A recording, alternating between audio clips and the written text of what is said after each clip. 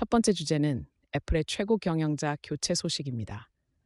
팀 쿡이 CEO 자리에서 물러나고 내부 하드웨어 책임자였던 존 턴러스가 후임 CEO로 지명됐으며 팀 쿡은 9월 1일부터 이사회 의장으로 역할을 전환한다고 회사가 만장일치로 발표했습니다.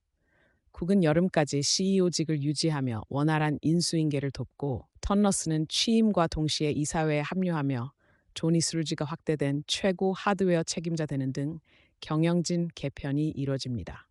이번 승계는 턴러스의 25년 이상 내부 경력과 하드웨어 설계, 제조 역량을 바탕으로 AI 시대에 맞춘 제품, 하드웨어, 소프트웨어 통합을 강화하려는 의도로 보이지만 시리 업그레이드 지연과 비전 프로 채택 한계, AI 경쟁력 확보 문제 및 복잡한 공급망, 지정학적 리스크 등 중대한 과제가 남아 있습니다. 두 번째 주제는 이란을 둘러싼 지정학적 긴장과 그로 인한 시장 충격입니다. 미이란 간 말폭탄이 이어지는 가운데 4월 7일 합의한 2주 휴전 시한이 다가오며 협상 재개 여부가 불투명하고 해상에선 호르무즈 해협 인근에서의 나포 발포 등 충돌 위험이 커져 통항이 사실상 위축되고 있습니다. 호르무즈는 전 세계 원유 가스 수송의 핵심 통로라서 긴장으로 국제 유가가 급등했고 제트 연료 부족 우려가 제기되며 항공사들은 운항 축소와 요금 수화물비 인상 등으로 대응하고 있습니다. 이런 에너지 공급 불안과 해상 차질은 제조 운송비 상승과 시장 변동성 확대를 불러오며 휴전 연장이나 해협 복구가 이른 시일 내에 이루어지지 않으면 여파가 몇 주에서 몇 달간 지속될 가능성이 큽니다. 세 번째 주제는 트럼프 대통령의 연준 의장 지명, 케빈 워시 관련 소식입니다. 트럼프가 워시를 연준 의장 후보로 지명했고 워시는 2006-2011년 연준 이사 경력과 월가 학계 배경을 가진 인물이지만 상원은행위원회 청문회에서 민주당의 강한 반대와 독립성 논란에 직면할 전망입니다. 워시는 물가 안정을 중시한다고 밝혔으나 과거 행적과 월가 연계, 상당한 자산 보유와 일부 자산 비공개로 인한 이해 충돌, 투명성 문제 등이 쟁점으로 떠오르고 있으며 일부 상원 공화당 인사들이 표결 보류를 주장하는 등 절차상 난관도 예상됩니다.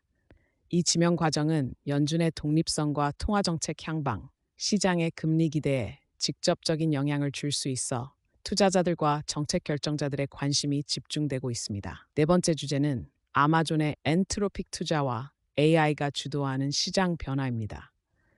아마존이 엔트로픽에 최대 250억 달러를 투자하기로 합의해 즉시 50억 달러를 투입하고 나머지는 상업적 성과에 따라 추가 투자하는 구조이며 엔트로픽은 향후 10년간 AWS에 1,000억 달러 이상을 지출하고 훈련 배포용으로 최대 5기가와트 용량을 확보하겠다고 약속했습니다. 이러한 대형 클라우드와 AI 기업 간 협력은 AI 인프라 확장과 성능 신뢰성 제고에 중요한 의미를 갖고 JP모건이 AI 모멘텀을 근거로 S&P 500 연말 목표를 7,600으로 상향하는 등 금융시장 전망에도 영향을 줬습니다.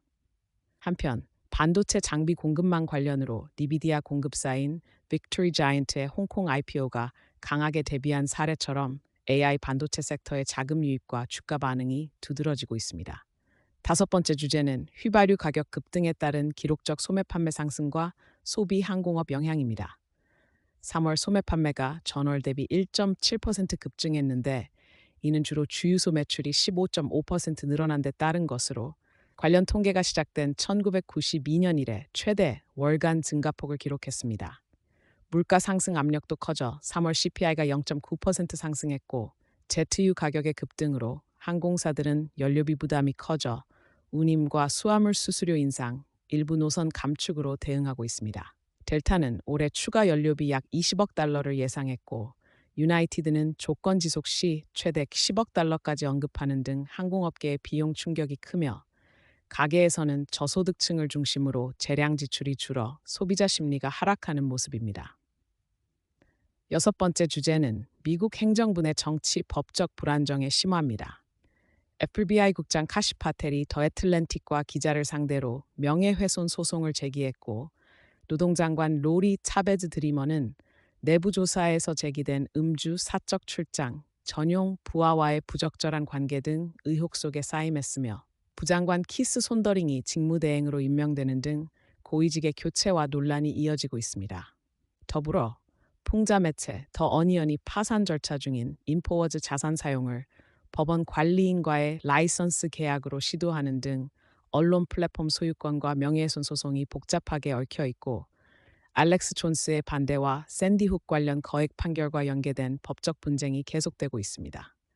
이 모든 사안은 행정부의 정치적 집중력을 약화시키고 언론과 플랫폼의 책임성, 법적 분쟁의 확산이라는 구조적 불안정을 부각시키고 있습니다. 이상으로 오늘의 주요 소식을 주제별로 정리해드렸습니다. 필요한 부분을 더 길게 읽기 좋게 다듬거나 특정 주제를 더 자세히 확장해드리길 원하시면 말씀해주세요.